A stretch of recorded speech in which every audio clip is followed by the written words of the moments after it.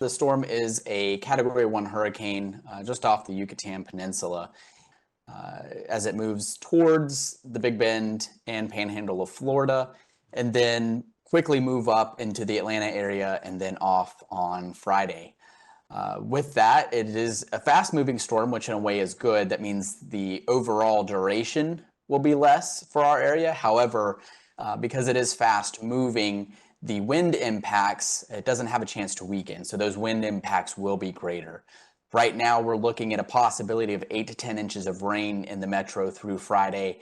And then even some areas could see up to 15 to 20 inches. So very widespread rainfall. And then the winds, of course, we're looking overall at 20 to 30 mile an hour winds until Friday morning.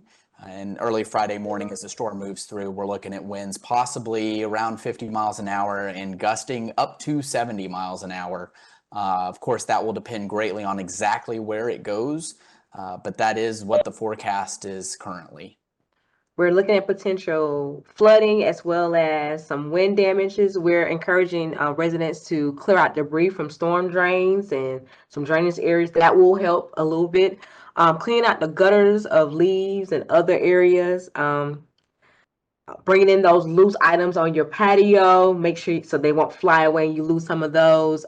Prepare your go kit. I think those are one of the things that certain stuff you think you should already have in hand, like water, non-perishable foods, batteries, flashlight, or even battery operated candles. We don't encourage people to go out and buy candles that you have to light up, but battery operated. But even also making sure you have devices that are charging some of those charger batteries that you guys have.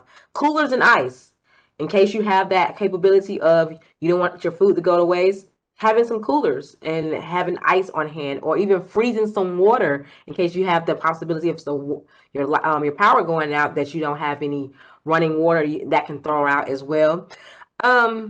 I think one of the main things is to consider just think of the possibility that someone might not be able to get to the Georgia Power, Greystone might not be able to get to your power right away because they have widespread. So how can you survive and manage while you are waiting for the storm to pass through, or even for recovery? All of our public safety agencies are getting prepared right now. They are increasing their staffing. They are making sure all of their equipment is ready to go to respond. Additionally, most of our public safety partners are going to be staying either in the fire stations, police departments, so they've got full staffing during the storm.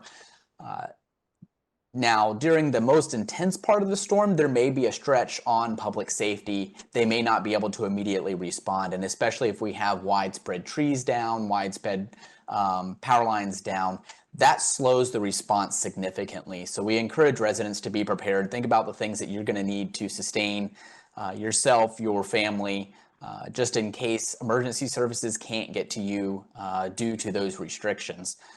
Additionally, with flooding, some of the common routes that you use and that they use may be cut off. They may have to find alternative routes, or you could even be isolated for a while until that flooding recedes. Tell residents to stay informed, get prepared. I always say these are the perfect drills to kind of like test what you already know and what you've done in the past. I think I would say for the last couple of years that we've had inclement weather or any kind of hurricane or even winter weather, you learn something new every time. Oh, you know what? I didn't really prepare my go kit that great. You know what? Next time I'm gonna get some battery operated candles, buy a little bit more of those, or you know what? Some of those peanut butter and jelly little packs. I think we need to pack a little bit more of those just in case we can't actually warm up any food. Having water, like, hey, let's make sure our water usage is up, as well as Shay made a great point. Our pets and our kids, having make sure they have something to occupy their time too, because you might not have electricity to watch TV, or that iPad might go dead or something, and you might want something else to occupy those little people in our home that maybe necessarily doesn't understand exactly what's going on.